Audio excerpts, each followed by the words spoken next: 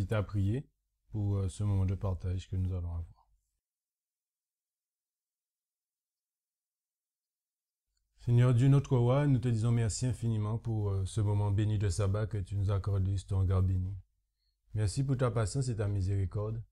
Et que tu puisses, Seigneur, me diriger durant cet instant, que tu puisses m'accorder la plénitude de ton esprit, cette ferme assurance en toi, Seigneur Jésus, et que tout ce que nous allons pouvoir voir ce matin puisse être de nature à te glorifier, que nous puissions progresser et que ce soit des poteaux indicateurs pour nous permettre d'atteindre cette sanctification, cette stature parfaite en Jésus-Christ. Je te demande pardon pour nos péchés, que tu puisses nous laver, nous purifier dans le sang précieux de Jésus, et c'est en son nom que nous t'avons prié pour ta gloire. Amen. Et donc ce matin, nous allons nous pencher sur un petit sujet, les 12 portraits.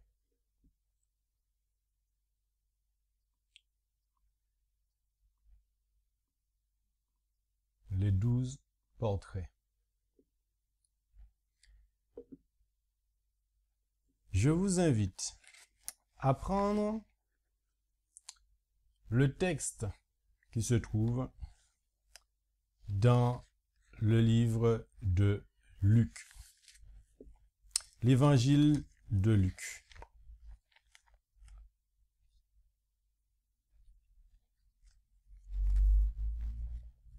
L'évangile de Luc, au chapitre 6, et le verset 12 à 16. Luc, chapitre 6, le verset 12 à 16. En ce temps-là, Jésus alla sur la montagne pour prier. Il passa toute la nuit à prier. Et dès que le jour fut venu, il appela les disciples et il en choisit 12 d'entre eux, qu'il nomma apôtres. Il en choisit 12 qu'il nomma apôtres. Simon qu'il nomma Pierre, André son frère, Jacques, Jean, Philippe, Barthélemy, Matthieu, Thomas, Jacques fils d'Alphée, Simon appelé le Zélote, Jude, fils de Jacques, et Judas Iscariote, qui devait traître. Avant de poursuivre, je vais vous partager cette citation qui se trouve dans le livre Jésus-Christ, à la page 829, paragraphe 1. Nous devons le refléter dans notre caractère et le manifester dans notre vie. Le Christ pose pour que son portrait soit reproduit en chacun de ses disciples. Voici le désir de Jésus pour chacun. C'est la possibilité de pouvoir reproduire son portrait, son caractère. Et donc, qu'est-ce qu'il fait? Il en choisit 12. Nous avons vu les noms, Simon, encore André, Jacques, Jean, etc. Et ce matin, nous allons nous dresser sur un portrait. Un portrait de cet homme nommé Pierre. Cet apôtre Pierre, bien-aimé aussi du Seigneur, nous allons ce matin essayer de voir qui était ce Pierre. Pourquoi? Et nous allons voir par la suite le pourquoi. Nous allons nous rendre dans le texte qui se trouve dans le livre Éducation à la page 99, paragraphe 1. Il nous est dit: Pierre, nom de famille de Simon, frère d'André et fils de Jonas. Il était originaire de Bethsaïda et pécheur, appelé à être l'un des 12 disciples du Christ. Il était hardi, agressif, sûr de lui, vif pour comprendre comme pour agir, prompt à se venger, mais prêt à pardonner. Fidélité chaleureuse et son dévouement au Christ. Qui prendrait dans son équipe un personnage avec un tel CV? Hardi, agressif, sûr de lui-même, vif pour comprendre comme pour agir, prompt à se venger mais prêt à pardonner, fidélité chaleureuse et son dévouement à Christ. Il est vrai que en regardant ce caractère, je pense que nombre d'entre nous n'auraient pas forcément aimé côtoyer quelqu'un d'hardi, d'agressif, etc.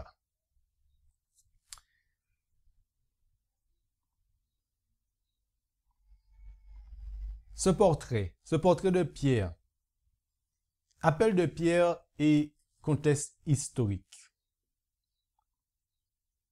Nous allons nous rendre dans le texte de Matthieu chapitre 4 et le verset 18.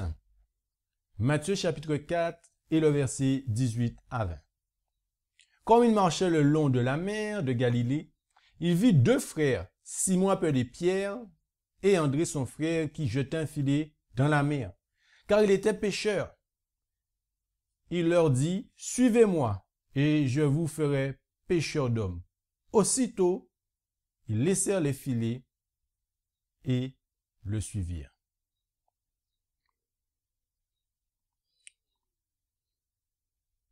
Dans Ministère évangélique, page 20, paragraphe 3, il nous est dit, c'est ainsi que le premier disciple devient ministre de l'Évangile. Pendant 3 ans, ils travaillèrent avec le Sauveur et son enseignement, ses miracles en faveur des malades, son exemple les mirent à même de poursuivre l'œuvre qu'il avait commencée. La simplicité de la foi, l'humilité et le désintéressement apprirent aux disciples à porter leurs responsabilités dans la cause de Dieu. Donc la simplicité de la foi, l'humilité et le désintéressement apprirent aux disciples à porter leurs responsabilités dans la cause de Dieu.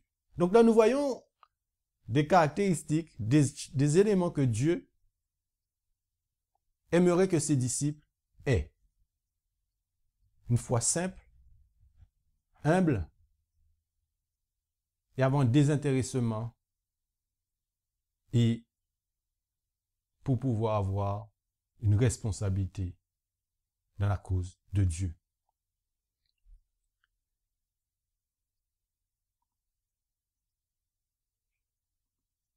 Elle poursuit, page 21, paragraphe 2, « L'œuvre de Dieu réclame aujourd'hui des hommes de cette trempe qui se consacrent volontairement et sans réserve à la noble tâche de représenter le royaume de Dieu auprès d'une humanité perdue dans ses péchés. Le monde entier a besoin d'hommes fidèles à leurs principes qui cultivent sans cesse leur esprit et leur intelligence, ainsi que de gens qualifiés pour diffuser la vérité par la presse afin qu'elle soit rapidement connue de toute nation, toute langue et tout peuple. » Donc le monde entier a besoin d'hommes fidèles à leurs principes et qui cultivent sans cesse leur esprit et leur intelligence, ainsi que des gens qualifiés pour diffuser la vérité. Donc on voit que Dieu, dans les caractéristiques de disciples, il souhaite d'hommes ainsi que de femmes fidèles et toujours en cultivant sans cesse leur esprit et leur intelligence. À quoi? Aux œuvres de Dieu.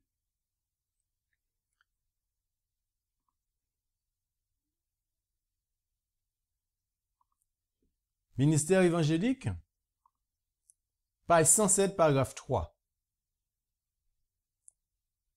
Il en avait été de même avec les disciples précédemment appelés. Lorsque Jésus donnait à Pierre et à ses compagnons l'ordre de le suivre, ils quittèrent immédiatement bateau et filet.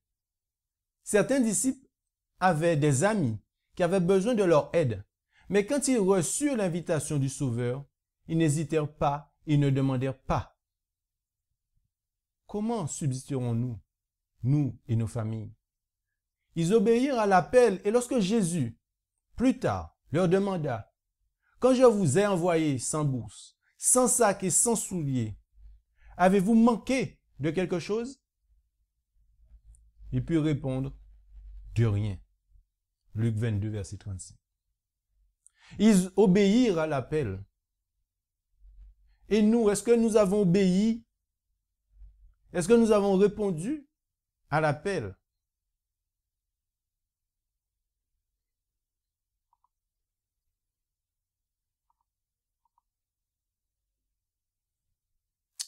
Aujourd'hui, le Seigneur nous appelle, comme il appela Matthieu, Jean et Pierre. Si son amour a touché nos cœurs, la question d'une compensation ne nous viendra même pas à l'esprit. Nous nous réjouirons d'être ouvriers avec le Christ et nous ne craindrons pas d'avoir confiance en sa sollicitude. Si Dieu est notre force, nous percevrons clairement notre devoir et nos aspirations seront dépourvues d'égoïsme. Notre vie sera animée par un noble idéal qui nous élèvera au-dessus des motifs sordides. Donc si Dieu est notre force, nous percevrons clairement notre devoir et nos aspirations seront dépourvues d'égoïsme. Oui les amis. Notre vie serait animée par un noble idéal qui nous élèvera au-dessus des motifs sordides.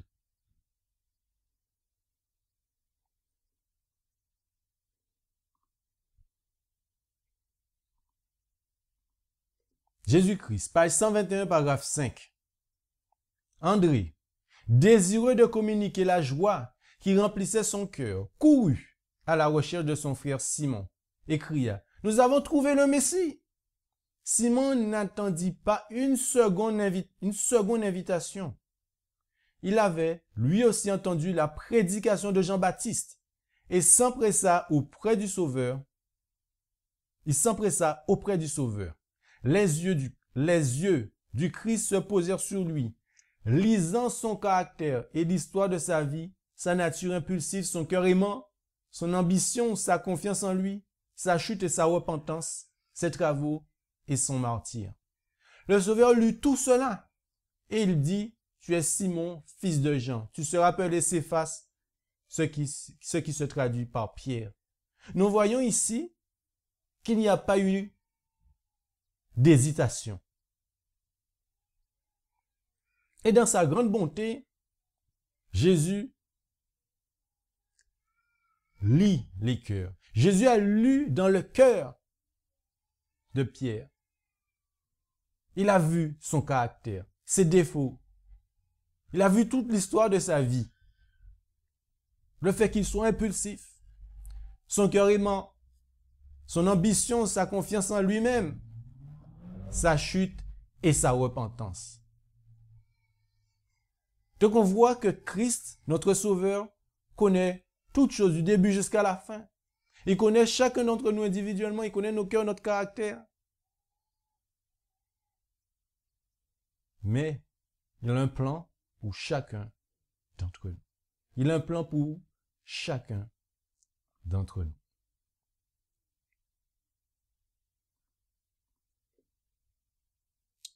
Témoignage pour l'Église, volume 4, page 488, paragraphe 1.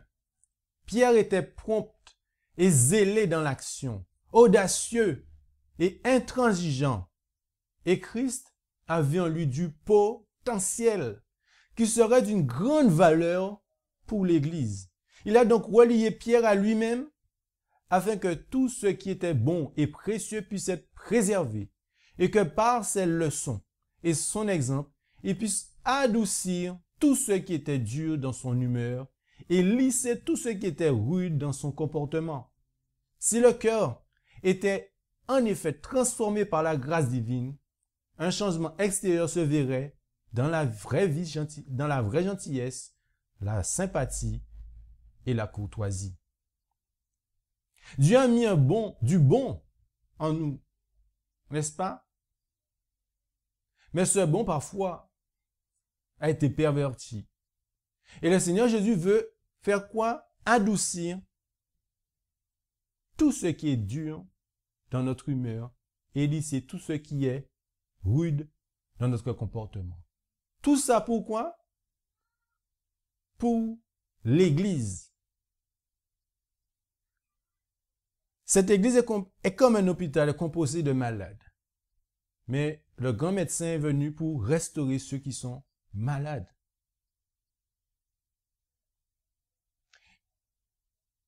Le Seigneur souhaite adoucir tout ce qui est dur dans notre humeur. Comment on fait pour savoir que le Seigneur Jésus a de l'effet sur nous?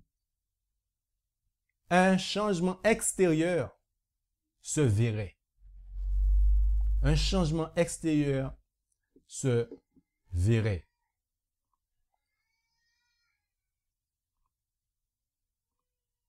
Éducation, page 99, paragraphe 1.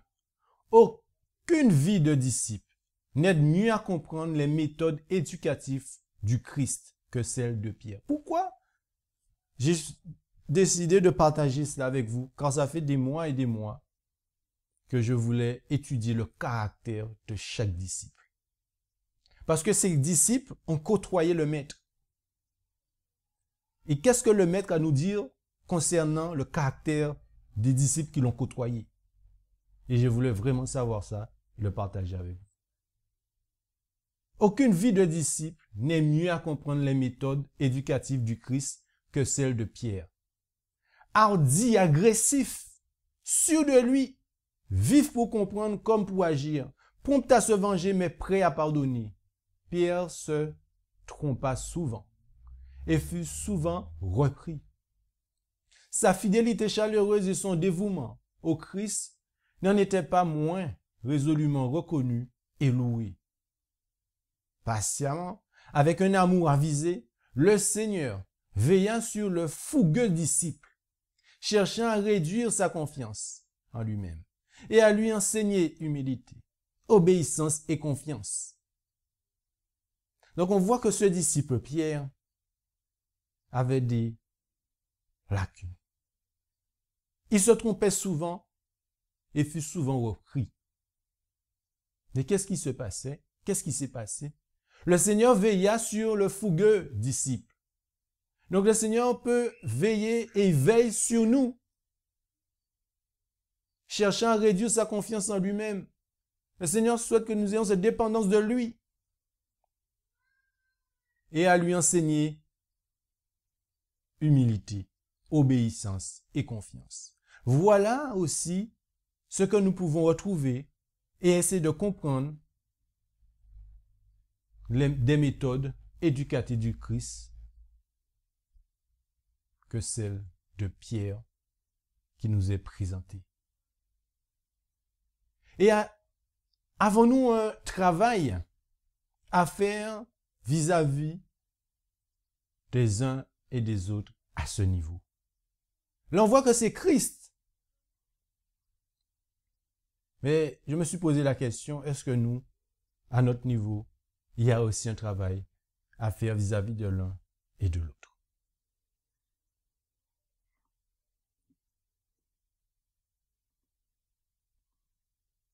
Jésus guérit la belle-mère de Pierre. Vous connaissez cette histoire qui se trouve dans Matthieu 8, versets 14 et 15? Jésus se rendit ensuite à la maison de Pierre, dont il vit la belle-mère couchée ayant la fièvre, et toucha sa main et la fièvre la quitta. Puis elle se leva et le servit. Ce miracle eut lieu un jour de sabbat.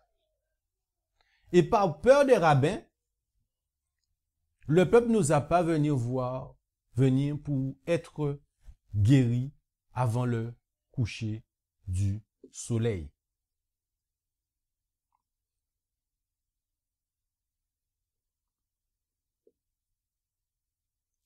Ministère de la guérison. Page 26, paragraphe 1. Tôt le matin, Pierre et ses compagnons vinrent dire à Jésus que la foule de Capernaum était à sa recherche. Il fut surpris par la réponse du Christ. Il faut aussi que j'annonce aux autres villes la bonne nouvelle du royaume de Dieu, car c'est par cela que j'ai été envoyé. Donc, qu'est-ce qui se passe? Pierre et ses compagnons, qu'est-ce qu'ils voient? Ils viennent dire à Jésus que la foule de Capernaum était à sa recherche. D'après vous, pourquoi ils étaient à la recherche de Christ? Nous allons poursuivre.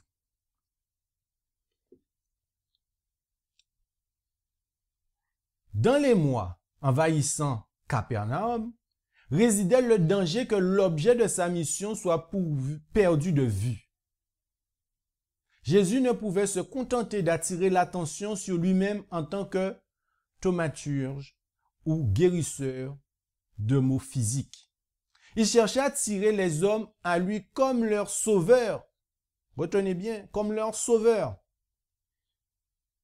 Est-ce que Pierre était là quand tout ça s'est passé? Oui. Retenez bien cela. Les gens étaient prêts à croire qu'il était venu en roi pour établir un royaume terrestre. Mais Jésus désirait tourner leur esprit du terrestre au spirituel. Un simple succès mondain générait son œuvre. Donc, qu'est-ce que Jésus voulait les amener à comprendre, à les attirer vers le spirituel? La bonne nouvelle du royaume de Dieu.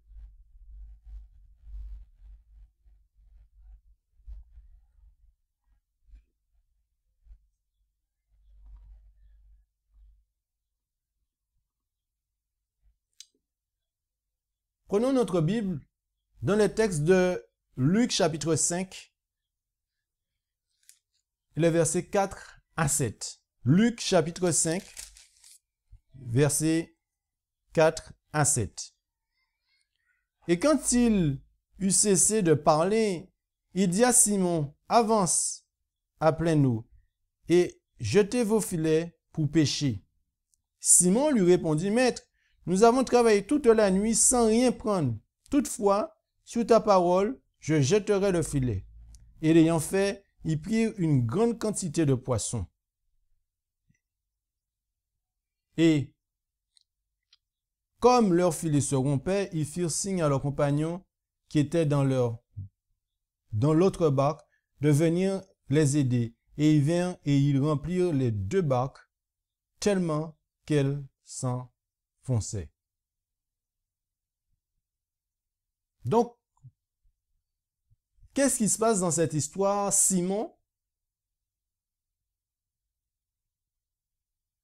qu'est-ce qu'il dit à Jésus? Nous avons travaillé toute la nuit sans rien prendre. Est-ce une forme de plainte vis-à-vis de Christ?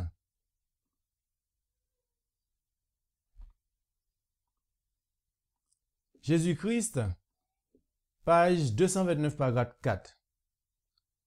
Le discours terminé, Jésus se tourna vers Pierre et l'invita à s'avancer. En pleine mer, et il jetait son filet. Qu'est-ce qui s'est passé pour Pierre? Mais Pierre était découragé. De toute la nuit, il n'avait rien pris. Pendant ces heures silencieuses, il avait songé au sort de Jean-Baptiste. Languissant seul dans sa prison, il avait pensé aux perspectives s'ouvrant devant Jésus et ses disciples, au peu de succès que rencontrait la mission en Judée, à la malice des prêtres et des rabbins. Il échouait même dans l'exercice de son métier. Et tandis qu'il regardait les filets vides, l'avenir lui parut sombre et décourageant. Maître, dit-il, nous avons travaillé toute la nuit sans rien prendre. Mais sur ta parole, je jetterai le filet. Qu'est-ce qui s'est passé? Pierre était découragé. Mais comment se fait-il que Pierre était découragé, les amis? Pierre avait oublié qu'il avait un sauveur. De même que la foule souhaitait un guérisseur, ils avaient besoin d'un sauveur. C'est parce que Jésus voulait leur faire part la bonne nouvelle du royaume.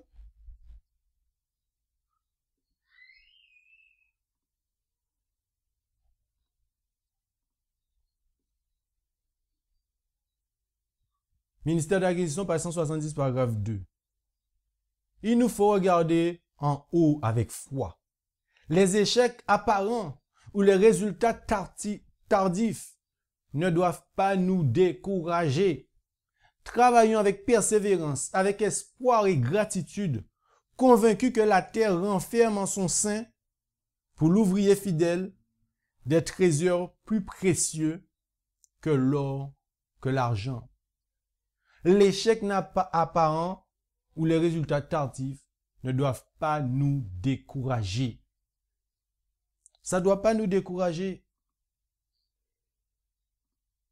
Parce que Dieu a un plan pour nous. Dieu vraiment a un plan pour nous.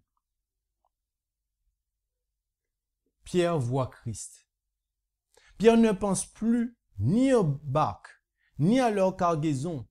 Ce miracle plus qu'aucun autre dont il a été le témoin lui paraît une manifestation de la puissance divine. Il voit Jésus, celui qui commande à la nature entière. Il se sent impur, en présence de la divinité. Amour du Maître, honte de son incrédulité, gratitude pour les condescendances du Christ et par-dessus tout, conscient de son état de souillure en présence de l'infinie pureté du Maître. Tous ces sentiments l'accablent. En se rappelant que nous avons un Sauveur et en regardant à ce Sauveur, nous nous rendons compte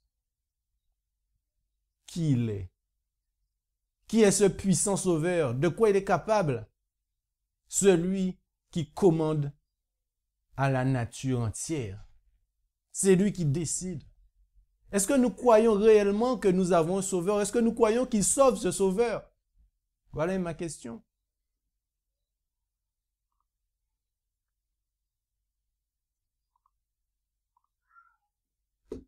C'est aussi après que Pierre eut été amené à renoncer à lui-même et à sentir sa dépendance à l'égard de la puissance divine qui fut appelé à travailler pour le Christ, les amis. Jésus-Christ, page 230, paragraphe 3.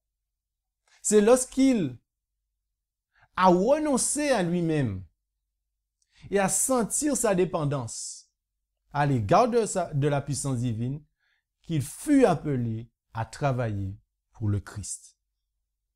Est-ce que nous avons renoncé à nous-mêmes? Est-ce que nous sentons cette dépendance à l'égard de la puissance divine?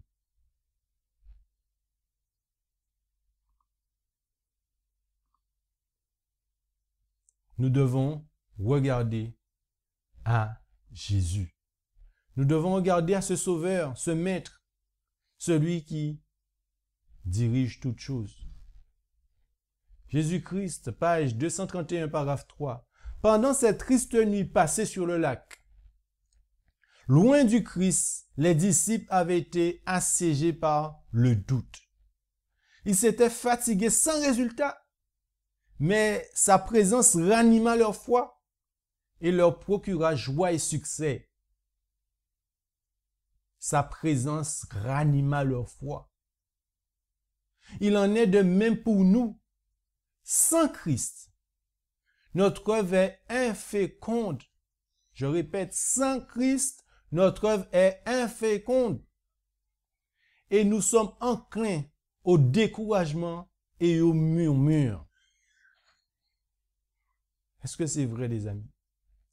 Mais en revanche, quand il est prêt, quand nous travaillons sous sa direction, nous sommes réjouis par les preuves de sa puissance. Amen. L'œuvre de Satan consiste à décourager l'âme.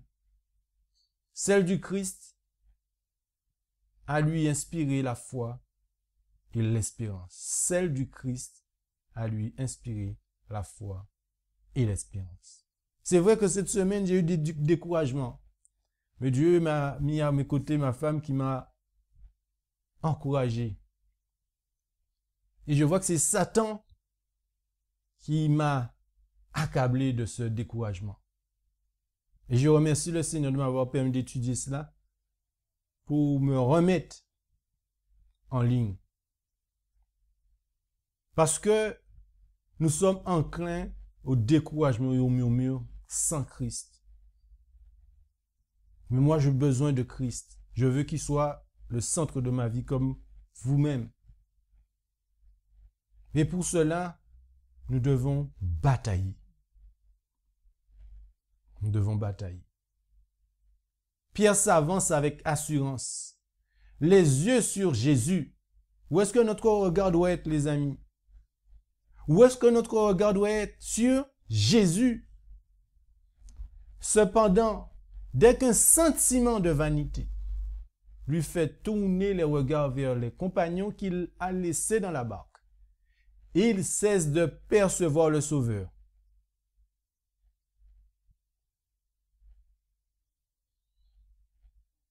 Lorsqu'il détourne les regards de Christ et regardant vers ses compagnons, qu'est-ce qui se passe? Le vent est impétueux. De hautes vagues se dressent entre lui et son maître. Il a peur. La peur vient lorsque nous détournons notre regard vers Christ. Il a peur. Et un instant, le Christ reste caché à sa vue. Et sa foi l'abandonne. Donc, lorsque nous ressentons, les amis, que nous avons un problème avec notre foi, que nous ne nous sentons pas bien, ou lorsque nous avons peur, nous avons des éléments qui nous disent que notre regard n'est plus sur Christ, que notre regard n'est plus sur Christ.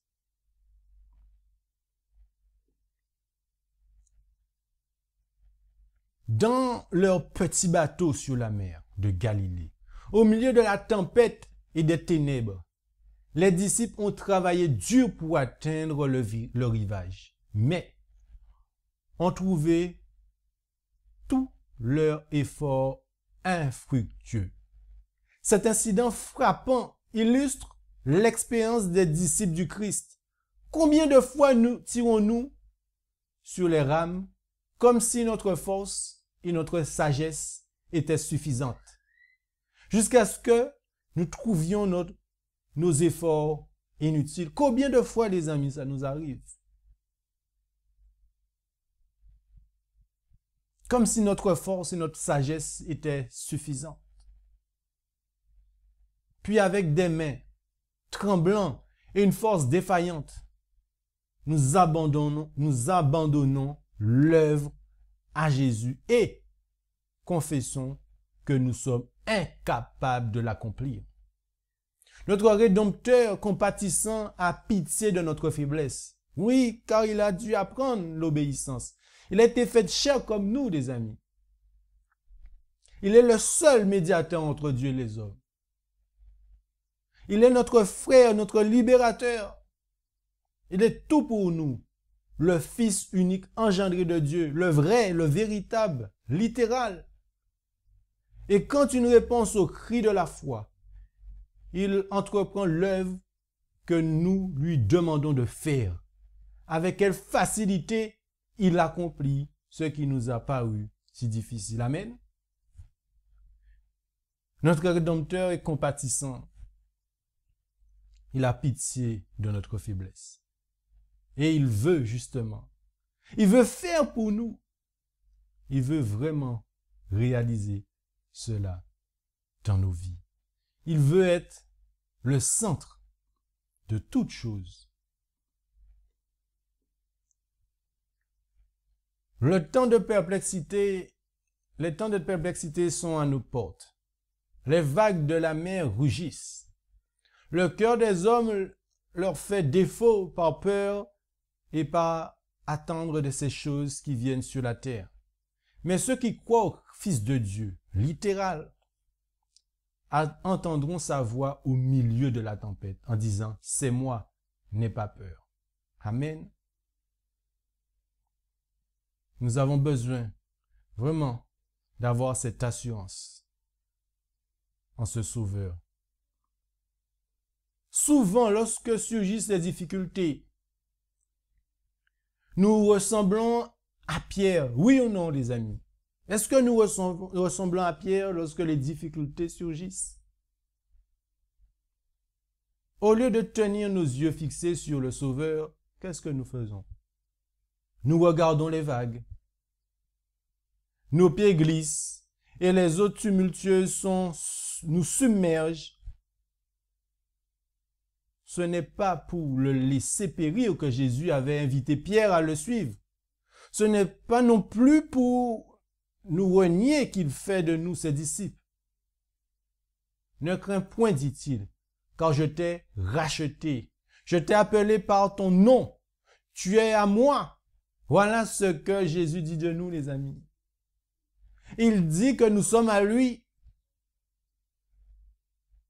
N'est-ce pas merveilleux? Pourquoi avons-nous peur? Croyons-nous réellement ces paroles? Ce qui se passa sur la mer avait pour but de montrer à Pierre sa propre faiblesse et de lui faire comprendre qu'il n'y avait de salut pour lui que dans une dépendance constante à l'égard de la puissance divine. Il ne pouvait s'avancer en sûreté parmi les tempêtes de la tentation que si, défiant de soi-même, il s'appuyait sur le Sauveur. C'est à l'endroit précis où Pierre se croyait fort qu'il était faible. Aussi longtemps qu'il n'avait pas conscience de sa faiblesse, il ne pouvait comprendre à quel point il dépendait du Christ.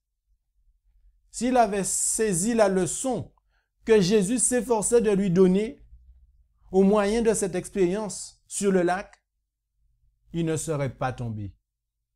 Plus tard, à l'heure de la grande épreuve.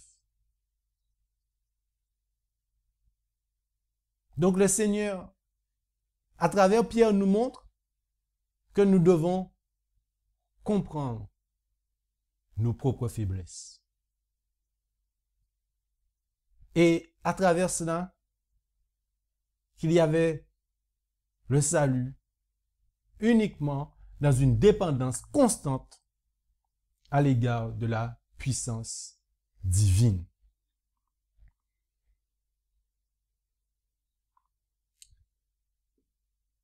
Pierre, la pierre perdue.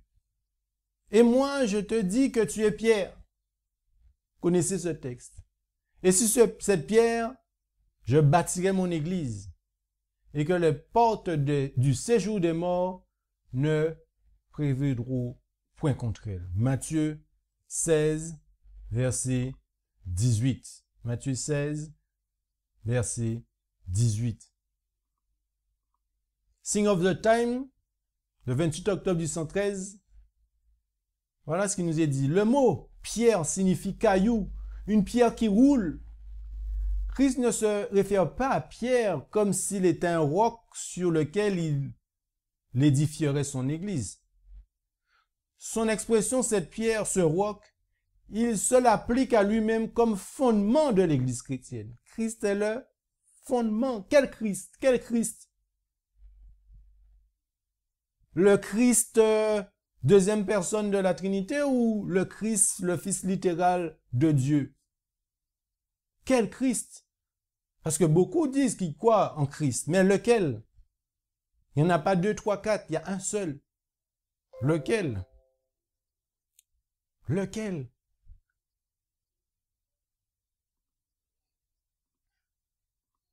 On poursuit. Manuscrit volume 14, manuscrit 14 en 1894. Il nous est dit, voyons ce que Christ a dit à Pierre. Connaissez cette histoire, vous le rappelez, arrière de moi Satan. Que faisait Satan? Il séduisit Pierre et se plaça entre qui et qui? Entre le Seigneur et Pierre. à tel point que celui-ci pensa qu'il devait reprendre le Seigneur. Wow! Mais le Seigneur s'approcha de Pierre et Satan fut jeté derrière Christ. Le Seigneur dit à Pierre que Satan l'avait réclamé pour le cribler comme le froment, puis il ajouta, « J'ai prié pour toi, afin que ta foi ne défaille point. » Si Pierre avait appris les leçons qu'il aurait dû apprendre, s'il avait été en harmonie avec Dieu au moment de l'épreuve, il aurait résisté. Qu'est-ce qui a fait défaut à Pierre, les amis? Qu'est-ce qui peut nous faire défaut? C'est les leçons. Les leçons que nous recevons et que nous lisons, que nous apprenons de Christ. Si nous les retenons, si nous les apprenons, et si à travers ces leçons, nous sommes en harmonie avec Dieu, lorsque l'épreuve viendra, qu'est-ce qui va se passer? Nous allons résister. S'il n'avait pas été indifférent aux leçons que Christ lui enseigna, il n'aurait jamais renié son Sauveur. Est-ce que nous avons parfois de l'indifférence aux leçons que Christ nous enseigne, les amis? Est-ce que nous passons outre? Ou est-ce que cela est superficiel? Quel modèle de christianisme que nous vivons? Satan a parlé à travers Pierre. Lorsque Christ a révélé à Pierre le temps de l'épreuve et de la souffrance qui était juste avant lui, et Pierre a répondu, « Que ce soit loin de toi, Seigneur, cela ne t'arrivera pas, ordonna le Sauveur. Arrière de moi, Satan, le Sauveur a dit. Satan parlait à travers Pierre, lui faisant jouer le rôle du tentateur.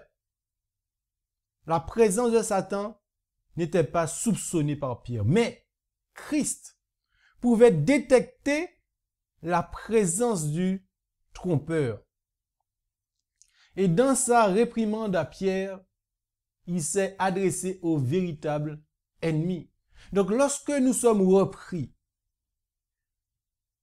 par un frère ou une sœur, avec l'Esprit de Jésus, c'est pas à nous que ce frère ou cette sœur s'en prend, mais au véritable ennemi.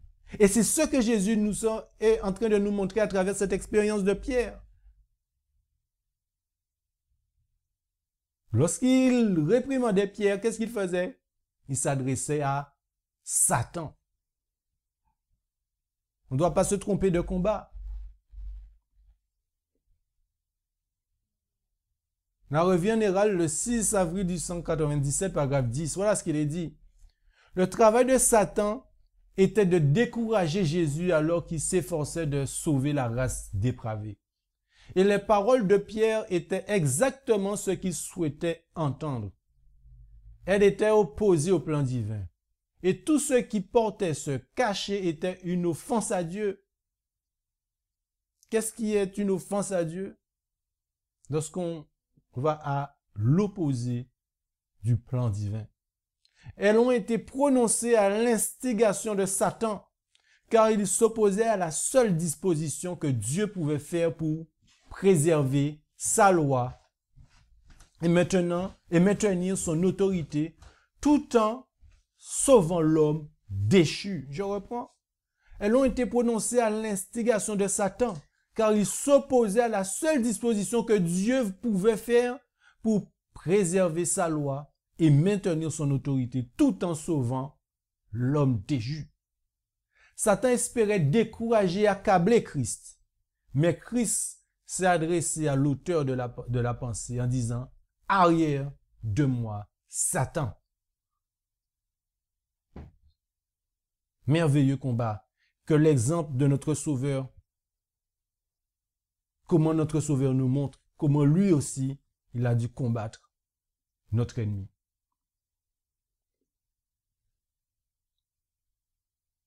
Conquérant Pacifique, page 172, paragraphe 5. Ceux qui ont prétendu comme les papes, être les successeurs de l'apôtre, n'ont aucun fondement scripturaire pour faire valoir ces revendications.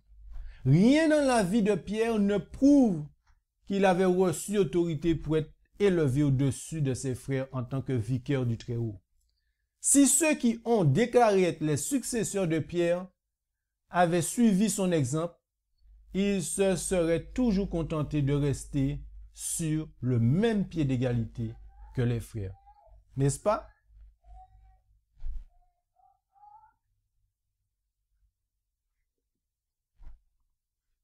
Donc, nous avons ce texte qui nous montre clairement si ceux qui se prétendent être vicaires de Dieu, qu'est-ce qui serait passé? Ils seraient égaux, au même pied d'égalité que leurs frères.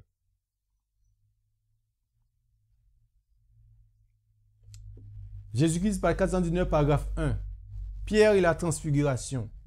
Les disciples ne comprenaient pas encore le tableau. Ils sont pourtant heureux de voir que leur maître, si patient, si doux et si humble, qui a erré çà et là comme un pauvre étranger, est honoré par les élus du ciel.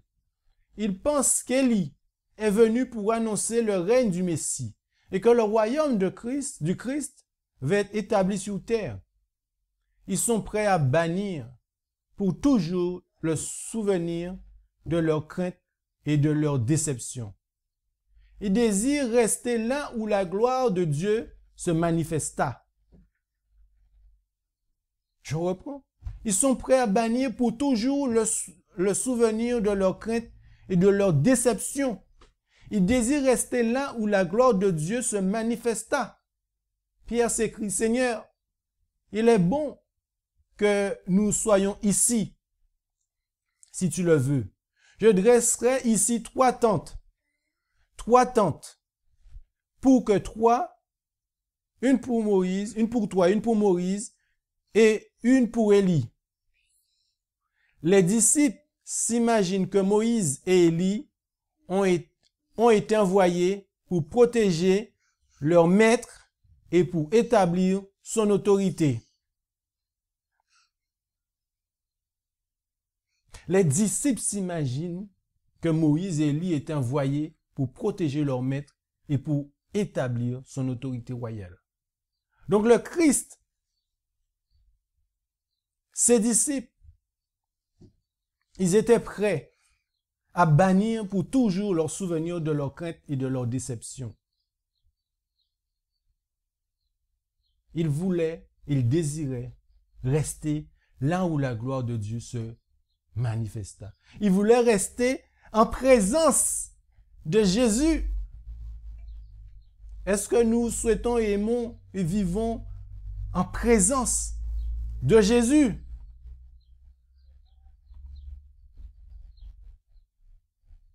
Pierre l'impatient.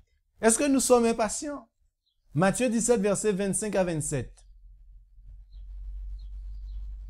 Oui, dit-il. Et quand il fut entré dans la maison, Jésus le prévient et dit, « Que t'en semble, Simon? Les rois de la terre, de qui perçoivent-ils des tributs ou des impôts? De leurs fils ou des étrangers? » Verset 26. Il lui dit, « Des étrangers. » Et Jésus lui répondit, « Les fils en sont donc exempts. » Mais, verset 27, pour ne pas les scandaliser, va à la mer, jette l'hameçon et tire le premier poisson qui viendra. Ouvre-lui la bouche et tu trouveras un starter. Prends-le et donne-le leur pour moi et pour toi. Qu'est-ce qu'il veut nous enseigner à travers ce texte? Il avait pénétré depuis peu dans la ville quand les percepteurs des impôts du temple s'approcha de Pierre avec cette question. « Votre maître ne paie-t-il pas les 2 drachmes? La question du percepteur donnait à entendre que le Christ manquait de loyauté à l'égard du temple. Pierre ne resta pas indifférent. Plein de zèle pour l'honneur de son maître, il se hâta de répondre, sans consultation préalable avec Jésus, que le tribut serait payé. Mais Pierre, cependant, ne comprenait pas parfaitement l'intention de l'interrogateur. Certaines catégories de personnes étaient exemptées du paiement de ce tribut. Peu de temps auparavant, Pierre avait reconnu Jésus comme le Fils de Dieu. Maintenant, il manquait l'occasion de mettre en lumière le caractère de son maître. Sa réponse au percepteur, Jésus paierait les impôts, paraissait confirmer l'idée que prêtres et chefs s'efforçaient de propager au sujet de Jésus. Est-ce que Pierre connaissait son maître? Oui. Pourquoi il a dû répondre avec impatience? Avait-il pas compris encore qui était son maître? Il nous est dit que cela ne lui a pas été indifférent. Pourquoi? Pourquoi il a dû agir ainsi? Et nous, comment nous agissons parfois? Est-ce que nous sommes impatients? Pierre et l'esprit de pardon. Parabole de Jésus, page 205, paragraphe 1. Pierre vint un jour demander à Jésus, « Seigneur, combien de fois pardonnerai-je à mon frère lorsqu'il péchera contre moi? Serait-ce jusqu'à 7 fois? » Les rabbins limitaient le pardon à 3 offenses. Pour se conformer à ce qu'il croyait être la pensée du maître, Pierre en porta la limite à 7 fois, chiffre exprimant l'idée de la perfection. Mais le Christ, qu'est-ce qu'il dit? Qu'est-ce qu'il enseigne? Le Christ enseigna que nous devons jamais nous lasser de pardonner. Est-ce que nous nous lassons de pardonner, les amis?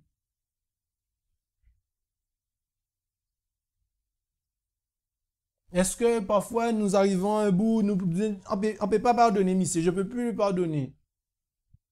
Il en a fait trop.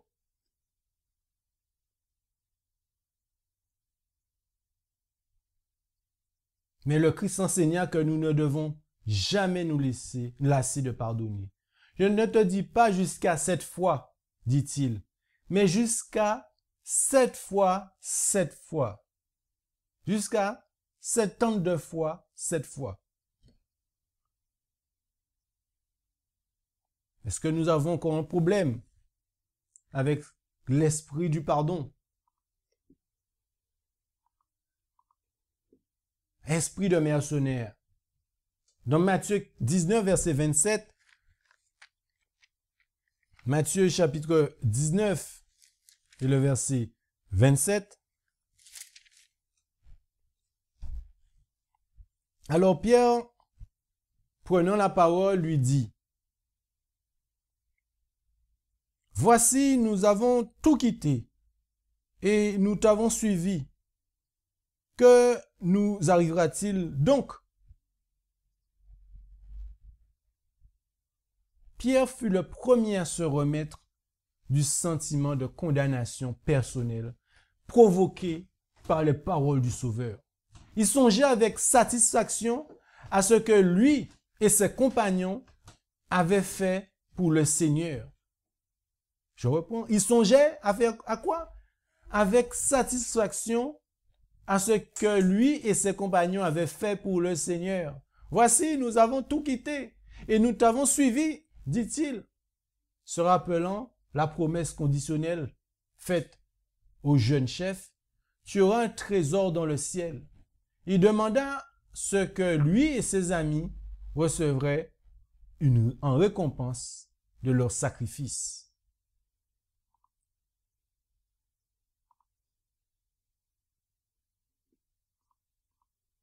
poursuit, la réponse du Sauveur fit tressaillir le cœur de ces pécheurs galiléens. Elle décrivait les honneurs qui réaliseraient leurs plus beaux rêves. Mais la question de Pierre, qu'en sera-t-il pour nous? Avait-il révélé un esprit qui, s'il n'était pas réformé, empêcherait les disciples de devenir des ambassadeurs du Christ? Car c'était là l'esprit d'un mercenaire. Quoique attirés par l'amour de Jésus, les disciples n'étaient pas encore exempts de tout pharisianisme. Ils travaillaient avec l'idée que leur rétribution serait proportionnée à leur effort. Ils avaient tendance à se glorifier eux-mêmes et à se comparer les uns aux autres. L'un d'entre eux venait-il à commettre une faute quelconque, les autres se laissaient aller à des sentiments de supériorité. Voilà ce que nous ne devons pas faire. Pourquoi ce message concernant Pierre est important pour nous? Nous avons à travers ce disciple énormément de choses que nous pouvons retrouver parmi nous. Quand quelqu'un vient commettre une faute, qu'est-ce qui se passe? Les autres se laissent aller à des sentiments de supériorité. Devons-nous avoir ce type de sentiment lorsque quelqu'un parmi nous a commis un péché, une erreur? Ce qui fait la valeur de notre service aux yeux de Dieu, ce n'est pas la somme de travail que nous accomplissons, ni les résultats visibles de nos efforts, mais l'esprit dans lequel nous agissons, les amis. Ce qui fait la valeur de notre service aux yeux de Dieu, ce n'est pas la somme de travail que nous accomplissons, ni les résultats visibles de nos efforts, mais l'esprit dans lequel nous agissons. Accessoirement, il est vrai, nous devrions avoir égard à la rémunération. Dieu désire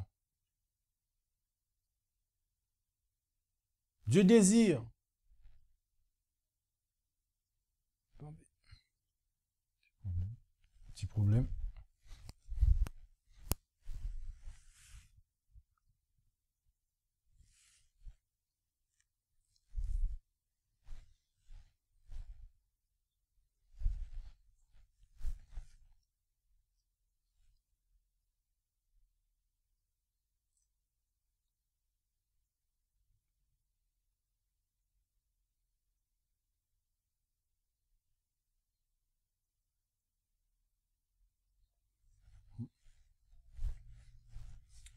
Voilà.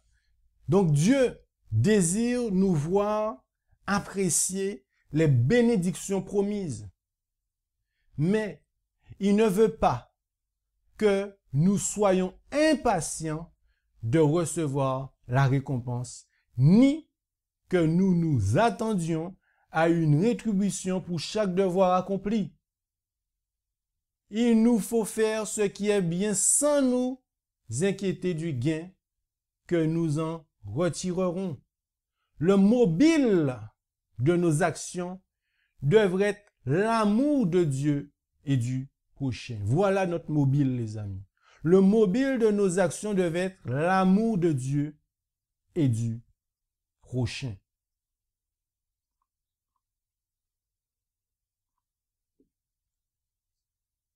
Les récompenses.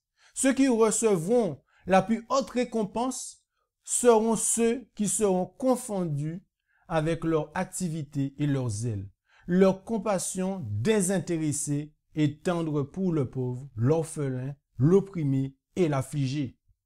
Mais ceux qui passent outre, qui sont trop occupés pour prêter attention à ceux qui ont été rachetés par le sang du Christ, ceux qui ne se soucient que d'accomplir de grandes choses, ceux-là se retrouveront les plus petits et les derniers. Nous ne devons pas chercher à penser est-ce que nous allons obtenir, si on peut dire ça, mais plutôt que notre regard, que notre mobile soit vers les pauvres, l'orphelin, l'opprimé et l'affligé.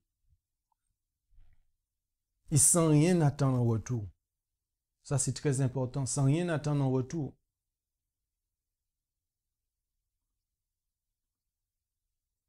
L'humiliation. La condescendance du Christ lui brisait le cœur. Il était tout honteux de penser qu'aucun d'eux n'avait voulu rendre ce service. Pierre ne pouvait se résoudre à voir le maître qu'il considérait comme le Fils de Dieu jouer ce rôle inférieur. Son âme se révoltait contre une pareille humiliation. Il avait un problème avec ça. Il ne comprenait pas que c'était pour cela que le Christ était venu dans le monde. Le service que Pierre refusait était l'image d'une purification plus importante. Le service que Pierre refusait était l'image d'une purification plus importante. Le Christ était venu pour laver les cœurs de la souillure du péché. On ne permettait pas à Jésus de lui laver les pieds.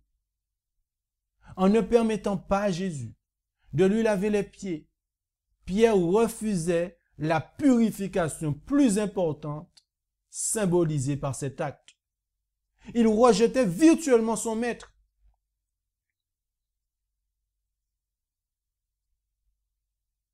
Si je ne te lave, dit Jésus, tu n'as point de part avec moi.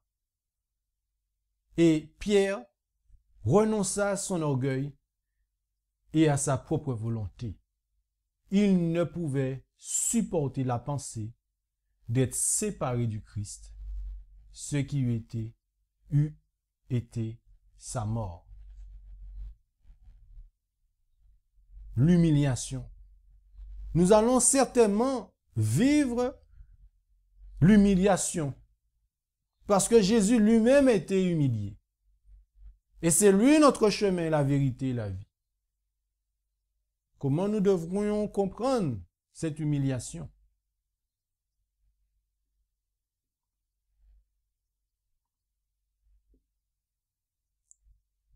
Pierre n'aurait pas été laissé à montrer une telle faiblesse et une telle folie s'il n'avait pas cherché, par l'utilisation de la politique, à éviter les reproches et le mépris, la persécution et les abus.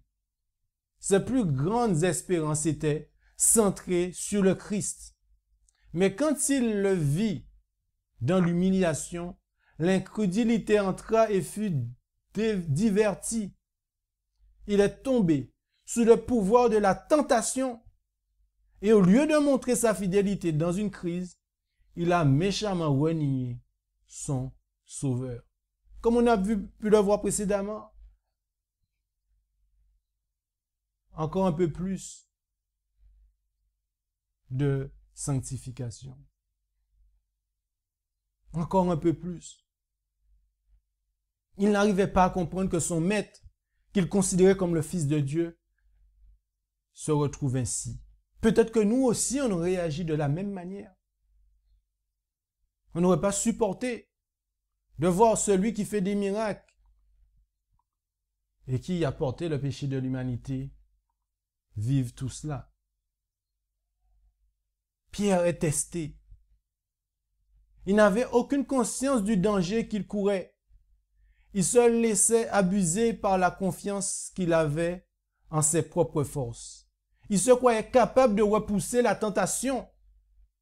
Combien de fois on peut se dire, ah, on peut aller là, rien ne va m'arriver. Ah, je peux aller là, rien ne va m'arriver.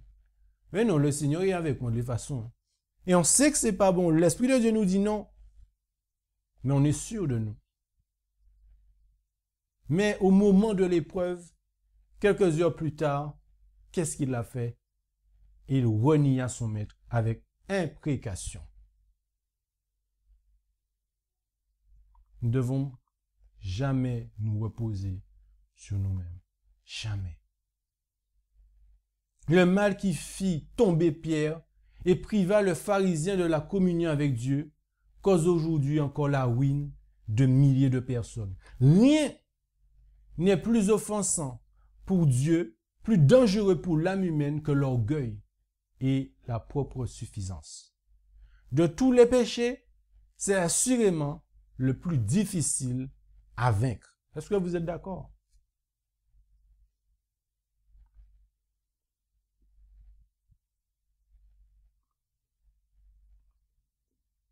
La chute de Pierre ne fut pas instantanée, mais graduellement, sa présomption l'amena à se croire sauvé et petit à petit à renier son maître. Nous ne devons jamais nous fier à nous-mêmes, ni penser que nous sommes à l'abri de la tentation tant que nous sommes où? Ici-bas. Oui, les amis. Tant que nous sommes ici-bas. Quelle était l'amitié du Sauveur pour Pierre? Quelle compassion son avertissement? Mais l'avertissement n'était pas apprécié. Dans l'autosuffisance, Pierre a déclaré avec confiance qu'il ne ferait jamais ce contre quoi le Christ l'avait mis en garde. Seigneur, dit-il, je suis prêt à aller avec toi en prison et à mourir. Sa confiance en lui a prouvé sa ruine.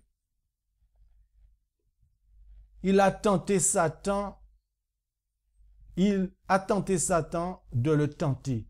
Et il est tombé sous les arts de l'ennemi rusé. Lorsque Christ avait le plus besoin de lui, il était où? Il se tenait où?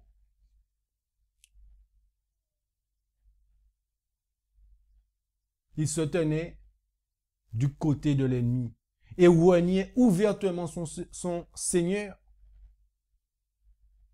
Nous ne sommes pas à l'abri, les amis, de pouvoir reproduire ce schéma.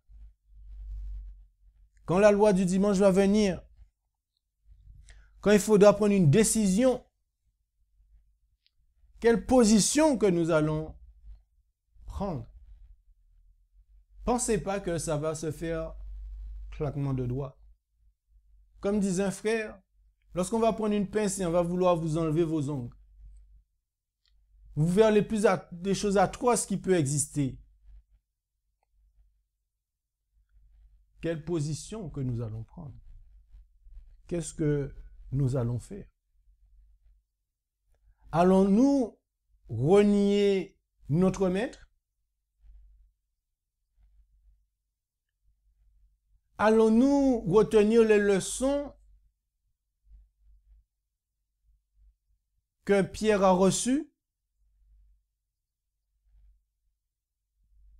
Et je terminerai avec ce passage qui se trouve dans 1 Corinthiens chapitre 10, c'est le verset 12.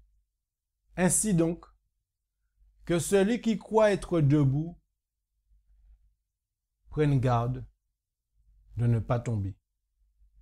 Que Dieu nous bénisse et que nous puissions retenir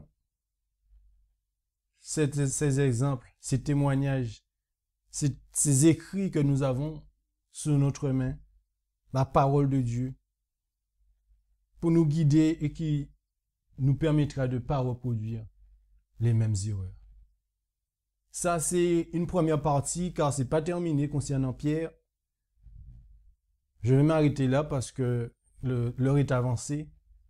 Mais en tout cas, j'espère que cela vous a apporté des éléments afin que nous puissions justement marcher de sanctification en sanctification et proche dans notre relation avec Jésus. Que Dieu nous bénisse. Amen.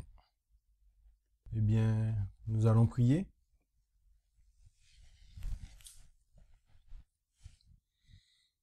Seigneur Dieu, notre roi, merci encore vraiment pour l'esprit de prophétie.